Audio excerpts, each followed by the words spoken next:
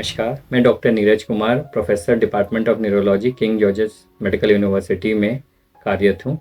और आज हम इस वर्ल्ड स्ट्रोक डे के उपलक्ष्य में यहाँ पे उपस्थित हैं। तो वर्ल्ड स्ट्रोक डे 2025 में जो थीम दी गई है वो है एवरी मिनट काउंट। तो सबसे पहले तो स्ट्रोक क्या होता है? स्ट्रोक जो है, जो खून का प्रभाव दिमाग में जाता है, अगर अचानक उसमें रुकावट आ जाए तो उसकी वजह से होने वाले दिमाग के लक्षण को हम स्ट्रोक कहते हैं, जो कि आम भाषा के उसमें फालिस का अटैक बोलते हैं। स्ट्रोक जो होता है उसको आम जन जो है, अगर चेहरे में कमजोरी आ रही है, आवाज़ में लड़खड़ाहट आ रही है, किसी हाथ पैर में किसी एक तरफ में कमजोरी आने लगे, या फिर चलने में लड़खड़ाहट हो जाए, या अचानक मरीज में बेहोशी जैसी हो जाए, तो उस लक्षणों को देखते हुए स्ट्रोक का अंदेशा लगाना चाहिए।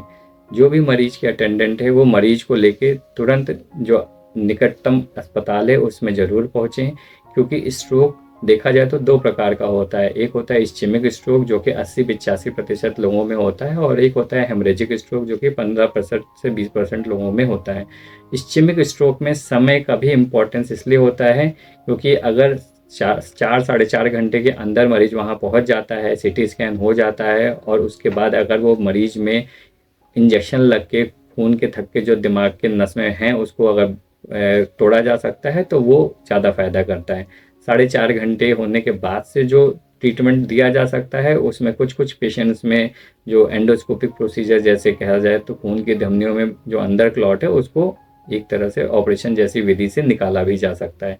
24 घंटे के बाद फिर इन मरीजों में अलग से कोई ट्रीटमेंट नहीं किया जा सकता है, लेकिन खून पतला करने वाली दवाइयाँ, ब्लड प्रेशर कंट्रोल करने की दवाइयाँ, दिमाग में जो सूजन हुई है उसकी दवाइयाँ, और अगर कोई संबंधित, अगर किसी को डायबिटीज़ निकलता है, किसी को हार्ट की प्रॉब्लम निकलती है, तो उससे संबंधित दवाइयाँ जो है वो दी जाती हैं, और मरीज को 5-7 दिन अस्पताल में रख के, और फिर अगर सही होता है तो मरीज को छुट्टी कर दी जाती है। लेकिन अगर हेमरेजिक स्ट्रोक है, जिसमें कि खून की धमनियाँ फट गई हैं, उसमें ज़्यादातर कारण ब्लड प्रेशर या उम्र बड़े होने की वजह से होता है। उस केस में जो है हमारे पास ट्रीटमेंट के लिए ब्लड प्रेशर कंट्रोल करना, दिमाग में सूजन कम करना, यही जो है ऑप्शन बचता है। तो इन दोनों तरह के पेशेंट्स को अस्पताल में शुरुआती दौर में ये इलाज बहुत ही ज़रूरी है।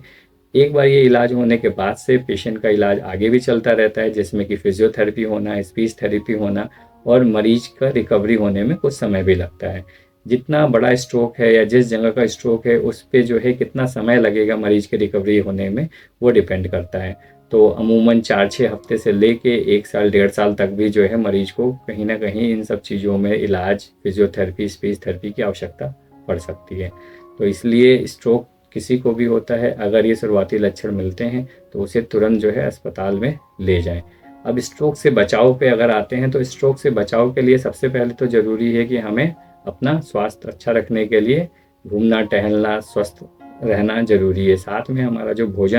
भोजन में कोलेस्ट्रॉल की चीज़ें कम खाएं, हम शुगर हम कम खाएं, नमक हम कम खाएं, ताकि ब्लड प्रेशर कंट्रोल में रहें।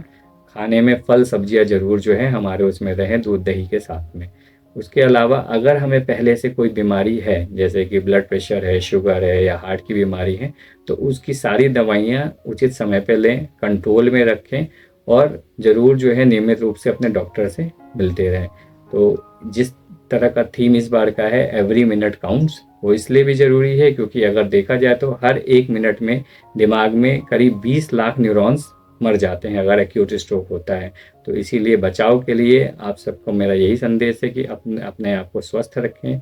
सुखी रहें, और अगर स्ट्रोक किसी को भी होता है तो उसे तुरंत अस्पताल में ले जाके उचित इलाज कराएं।